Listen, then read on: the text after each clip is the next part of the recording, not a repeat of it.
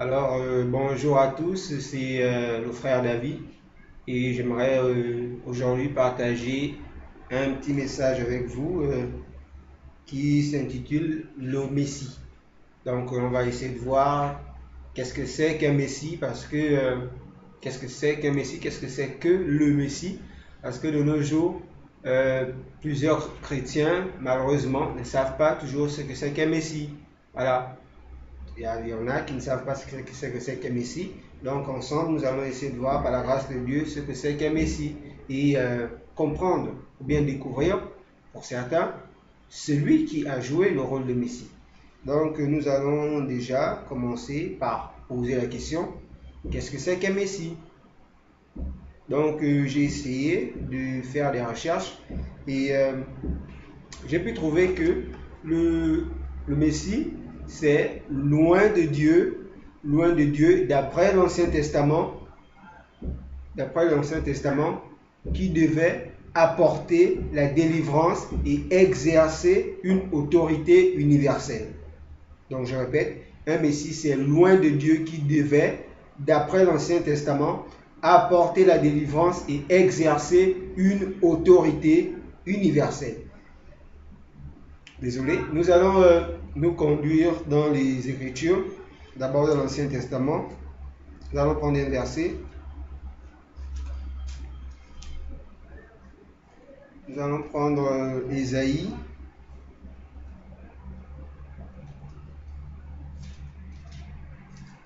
Ésaïe 35, 4. Je vais lire. Dites à ceux qui ont le cœur battant, fortifiez-vous, n'ayez pas peur, voici votre Dieu,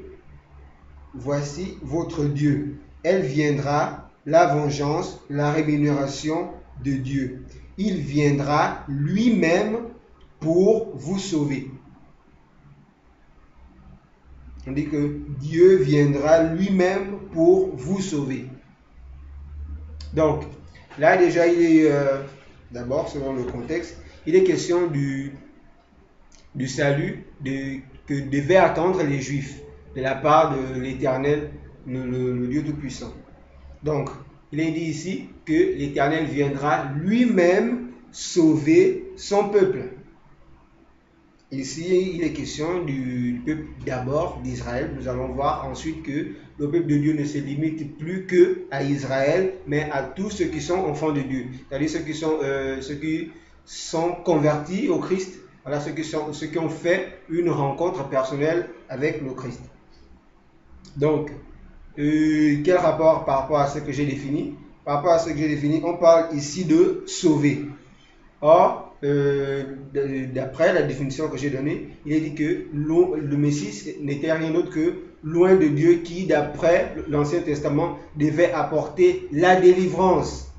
Et la délivrance et le salut, pour ceux qui ont fait un peu de grec, j'en ai jamais fait, je me fais enseigner aussi par les frères. D'après ce que j'avais pu entendre par les frères, le mot salut et délivrance, c'est la même chose en grec. Donc, c'est en quelque sorte loin de Dieu qui, d'après l'Ancien Testament, devait apporter le salut et exercer une autorité universelle. Donc, c'est cela un Messie. Donc, nous allons un peu essayer d'évoluer pour aller dans Ésaïe encore, pour comprendre davantage ce que c'est qu'un Messie. Ésaïe 43, verset 11. C'est moi seul qui suis l'Éternel. Il n'y a aucun sauveur en dehors de moi. C'est moi seul qui suis l'Éternel. Et il n'y a aucun sauveur en dehors de moi. Là, c'est l'Éternel qui parle. Donc, si à la suite des versets, nous voyons que quelqu'un a joué ce rôle, ça ne veut rien dire d'autre que c'est l'Éternel qui est en train d'exercer ce qu'il avait prophétisé par la bouche de son prophète Ésaïe. Donc, on va le découvrir aussi à la suite. Donc déjà, on comprend par là que pas d'autre sauveur que l'Éternel doit venir sauver le peuple hébreu, les Juifs. Ok, on évolue. Je crois que là on va aller dans...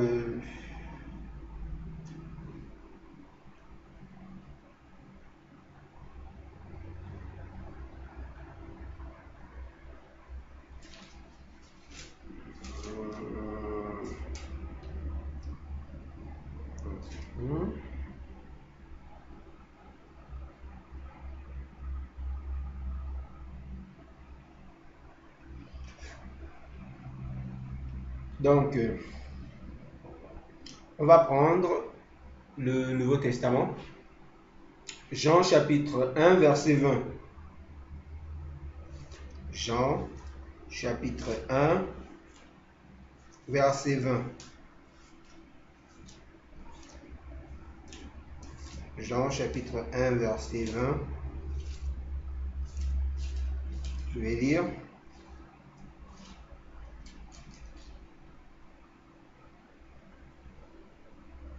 Donc, je vais d'abord commencer par le verset 19.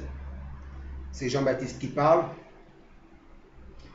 Voici le témoignage de Jean lorsque les Juifs envoyèrent de Jérusalem des prêtres et des Lévites pour lui demander « Toi, qui es-tu » Il déclara et sans restriction affirma « Moi, je ne suis pas le Messie ». Donc, les Juifs et les pharisiens, en l'occurrence, ont envoyé une délégation vers Jean-Baptiste pour lui poser clairement la question « Es-tu le Messie ?» Et ouvertement, Jean-Baptiste dit qu'il n'est pas le Messie. Il lui demandait « Qui es-tu donc? Es-tu Élie ?» Et il dit « Je ne le suis pas. » « Es-tu le prophète ?» Il répondit « Non. » Ils lui dirent « Alors, qui es-tu? Nous devons donner une réponse à ceux qui nous ont envoyés. Que dis-tu de toi-même? Moi, dit-il, je suis la voix de celui qui crie dans le désert, rendez le chemin du Seigneur droit, comme l'a dit le prophète Ésaïe. » Voilà, jusqu'au verset 23. Donc, par la manière, par la prédication de Jean-Baptiste, ils ont certainement cru que les écrits dont avait prophétisé le prophète Ésaïe 500 ans avant Jésus-Christ se sont certainement accomplis par Jean-Baptiste. Donc, ils voulaient en avoir le cœur net. Ils ont donc envoyé une délégation vers Jean-Baptiste pour lui poser clairement la question « Es-tu donc ce Messie qu'on attendait selon les Écritures ?» Il dit ouvertement que « Je ne suis pas le Messie ». Donc, on essaye maintenant de voir, de situer une personne, on essaie de localiser. On essaie maintenant de localiser, on cherche à savoir qui a joué ce rôle-là dans la Bible. Et j'ai trouvé encore une autre référence en parlant du Messie. On dit que le Messie, c'est loin de Dieu. C'est loin de Dieu, en grec Christos. Les Juifs attendaient d'après les promesses de l'Ancien Testament la venue d'une personne choisie par Dieu qui leur apporterait la délivrance. Donc c'est un peu ce que je disais aussi. C'est une personne. Le Messie n'est rien d'autre qu'une personne choisie par Dieu qui devait apporter la délivrance, sinon le salut aux Juifs. Donc, on va un peu essayer d'évoluer encore dans Jean toujours. On va essayer toujours de découvrir qui a joué ce rôle de Messie. Nous sommes dans Jean chapitre 4. Donc ici, il est question de Jésus-Christ et la femme samaritaine.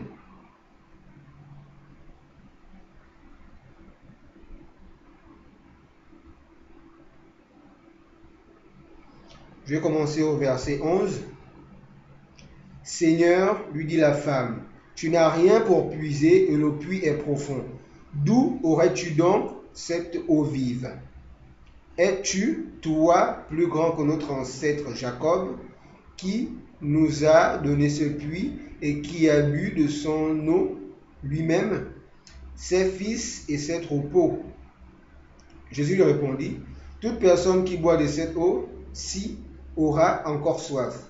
En revanche, celui qui boira de l'eau que je lui donnerai n'aura plus jamais soif, et l'eau que je lui donnerai deviendra en lui une source d'eau qui jaillira jusque dans la vie éternelle. La femme lui dit, Seigneur, donne-moi cette eau afin que je n'ai plus soif et que je n'ai plus à venir puiser ici. Va appeler ton mari, lui dit Jésus, et reviens ici. La femme répondit, je n'ai pas de mari. Jésus lui dit, tu as bien fait de dire, je n'ai pas de mari, car tu as eu 5 maris, et l'homme que tu as maintenant n'est pas ton mari. En cela, tu as dit la vérité. Seigneur, lui dit la femme, je vois que tu es un prophète. Nos ancêtres ont adoré sur cette montagne, et vous dites, vous, que l'endroit où il faut adorer est à Jérusalem. Femme, lui dit Jésus, crois-moi, l'heure vient où ce ne sera ni sur cette montagne, ni à Jérusalem que vous adorerez le Père. Vous adorez ce que vous ne connaissez pas. Nous adorons ce que nous connaissons, car le salut vient des Juifs. Mais l'heure vient, et elle est déjà là, où les vrais adorateurs adoreront le Père en esprit et en vérité. En effet, ce sont là les adorateurs que le Père recherche. Dieu est esprit, et il faut que ceux qui l'adorent en esprit et en vérité. La femme lui dit, je sais que le Messie doit venir, celui que l'on appelle Christ. Quand il sera venu, il nous annoncera tout. Jésus lui dit, je le suis, moi qui te parle. Verset 25, la femme lui dit, je sais que le Messie doit venir. Et quand il sera venu, il nous annoncera tout. Jésus lui répond, je le suis, moi qui te parle. Or, selon Ésaïe 43, 11, l'Éternel dit qu'il n'y a point d'autre sauveur que moi. Or, le rôle du Messie, principalement, c'est d'apporter la délivrance, sinon le salut. Et Jésus se déclare en tant que Messie. Or, nous savons très bien que Jean-Baptiste a rejeté ce titre-là, parce qu'il savait que ce n'était pas lui le Messie. Mais là, c'est un titre pleinement que Jésus mérite pour ma part. Donc, il n'est pas question qu'il fasse semblant de dire non, ou encore qu'il réponde par une parabole. Non. Il a clairement dit ici qu'il est le Messie, celui dont on attend le salut.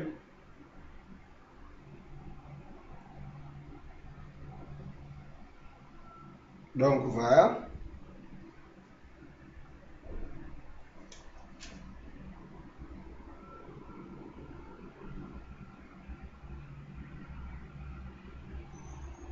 Et je vous disais au début que le Messie n'était pas que celui qui devait venir pour les Juifs. C'est vrai qu'il venait d'abord pour les Juifs, parce qu'on a lu ici que le salut vient des Juifs. Donc l'Éternel venait d'abord pour son peuple élu, donc les Juifs. Ensuite, on va découvrir dans le même chapitre que ce salut-là n'était pas que pour les Juifs, mais qu'il s'étendait aussi sur l'ensemble du monde entier. Donc, on va lire. Beaucoup de Samaritains, Jean chapitre 4, verset 39, beaucoup de Samaritains de cette ville crurent en Jésus à cause des paroles de la femme qui rendait ce témoignage. Il m'a dit tout ce que j'ai fait, ainsi donc, quand ils vinrent le trouver, les Samaritains le prièrent de rester avec eux. Il resta là 2 jours. Un bien plus grand nombre crurent à cause des paroles de Jésus. Et il disait à la femme, les Samaritains vont s'adresser à la femme. Il disait à la femme, ce n'est plus seulement à cause de ce que tu as dit que nous croyons.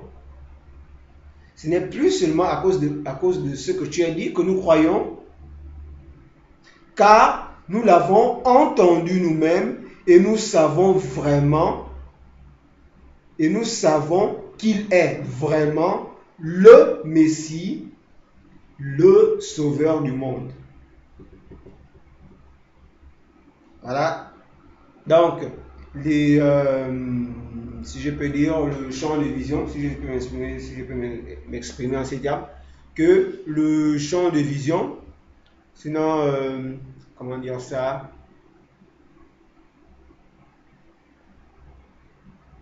Je vais prendre le champ de vision. Que le rôle du Messie s'est étendu. Ce n'est plus circonscrit au peuple juif seulement, mais c'est maintenant pour tout le monde entier. Rappelez-vous qu'on a dit que le Messie, c'était loin de Dieu qui, d'après l'Ancien Testament, devait apporter le salut et exercer une autorité universelle. Une autorité universelle. Donc, cela rejoint un peu ces versets où les Samaritains ont répondu à la femme, ce n'est plus seulement à cause de ce que tu as dit que nous croyons, car nous l'avons entendu nous-mêmes et nous savons, qu'il est vraiment le Messie, le Sauveur du monde entier. Donc, voilà, la parole est claire. La parole est claire. Nous allons continuer avec Jean, chapitre... non, pas Jean, Marc. Marc, chapitre 14. Marc, chapitre 14.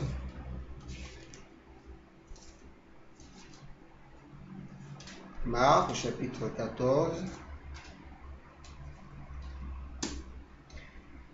Versets 61 et 62. Donc, ici, d'abord, le contexte, il est question de l'arrestation de Jésus. Donc, Jésus s'est fait arrêter la nuit du jeudi. Là, nous sommes la nuit du jeudi. Il se trouve en ce moment dans le Sanhédrin juif. C'était une sorte de tribunal juif des pharisiens. Voilà, donc ils sont en train de lui poser des questions. Donc, ils emmenèrent Jésus, je commence au verset 53 de Marc 14. Ils emmenèrent Jésus chez le grand prêtre où se rassemblèrent tous les chefs des prêtres, les anciens et les spécialistes de la loi. Pierre le suivit de loin jusqu'à l'intérieur de la cour du grand prêtre. Il s'assit avec les serviteurs et il se chauffait près du feu. Les chefs des prêtres et tout le Sanhédrin cherchaient un témoignage contre Jésus pour le faire mourir, et ils n'en trouvaient pas. Beaucoup rendaient en effet de faux témoignages contre lui, mais les témoignages n'étaient pas concordants. Étrange. Quelques-uns s'élevèrent et portèrent un faux témoignage contre lui en disant: nous l'avons entendu dire, je détruirai ce temple fait par la main de l'homme, et en 3 jours, j'en reconstruirai un autre qui ne sera pas fait de main d'homme. Même sur ce point-là, leur témoignage ne concordait pas. Alors le grand prêtre se leva au milieu de l'assemblée et interrogea Jésus en disant: ne réponds-tu rien? Pourquoi ces gens témoignent-ils contre toi? Mais Jésus gardait le silence et ne répondit rien. Le grand prêtre l'interrogea de nouveau et lui dit: es-tu le Messie, fils du Dieu béni? Es-tu le Messie, fils du Dieu béni?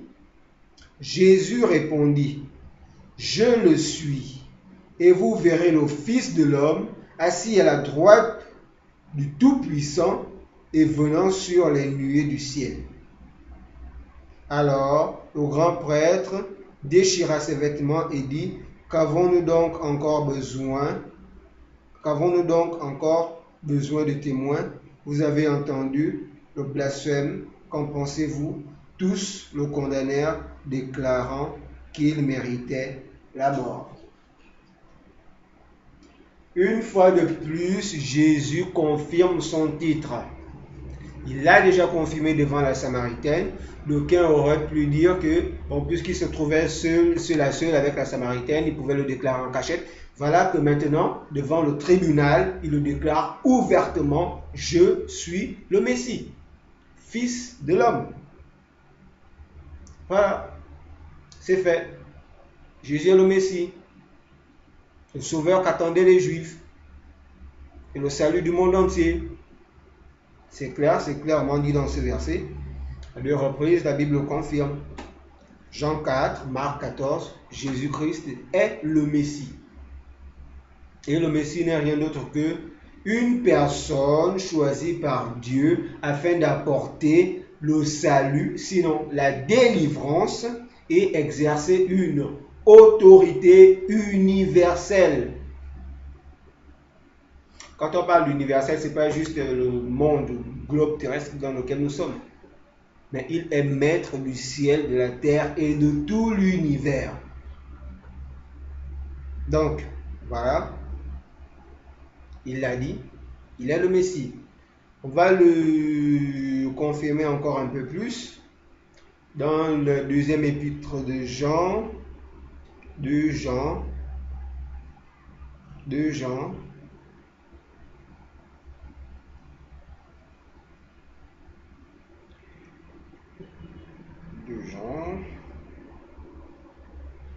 Jean, verset 7. En effet, de nombreux imposteurs sont venus dans le monde.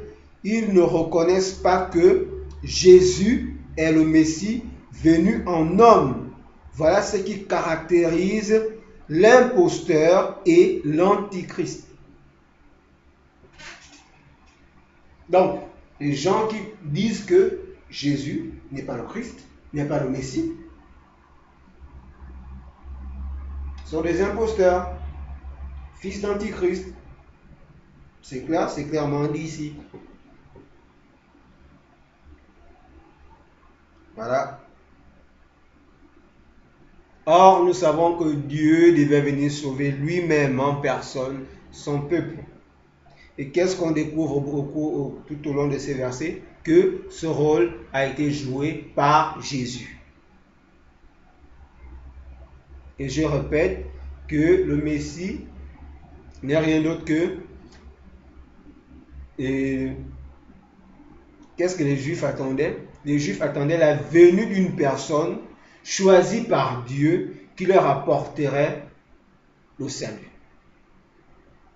Or, nous savons que Dieu a dit dans Ésaïe, je crois, 43, verset 11, parce qu'il faut que nous tirions une conclusion.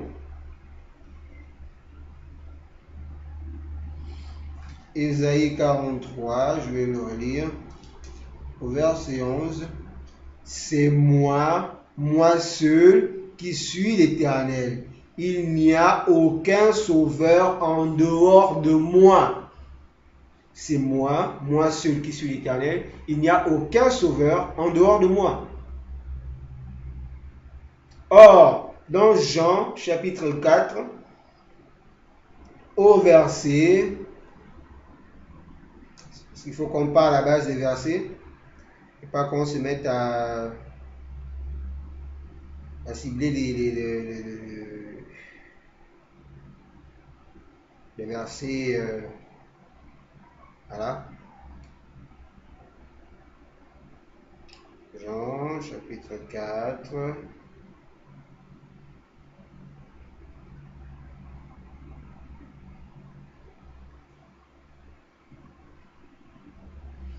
Jean chapitre 4 au verset 42. Il disait à la femme, ce n'est plus seulement à cause de ce que tu as dit que nous croyons, car nous l'avons entendu nous-mêmes Et nous savons qu'il est vraiment le Messie, le Sauveur.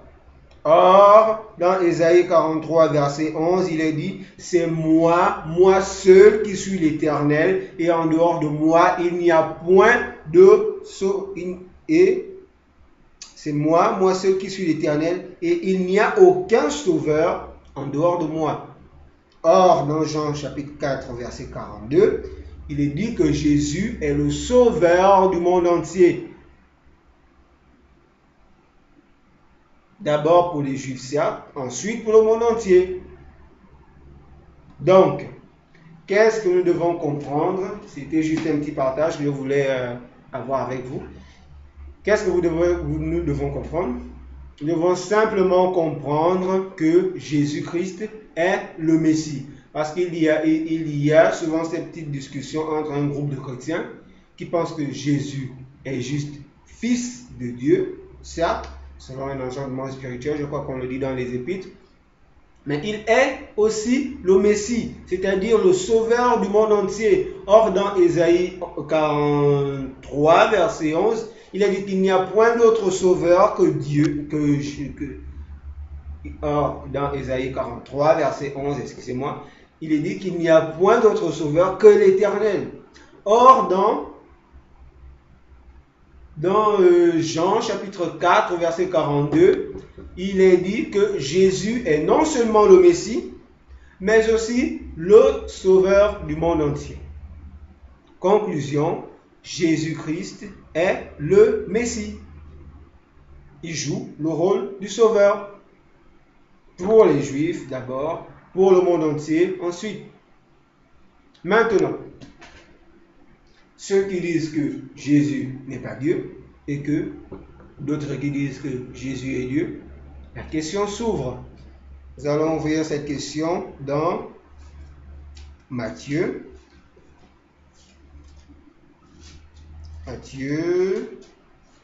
Nous allons poser la question par la bouche de Jésus-Christ lui-même. On n'est pas rayé de zizanie. Matthieu chapitre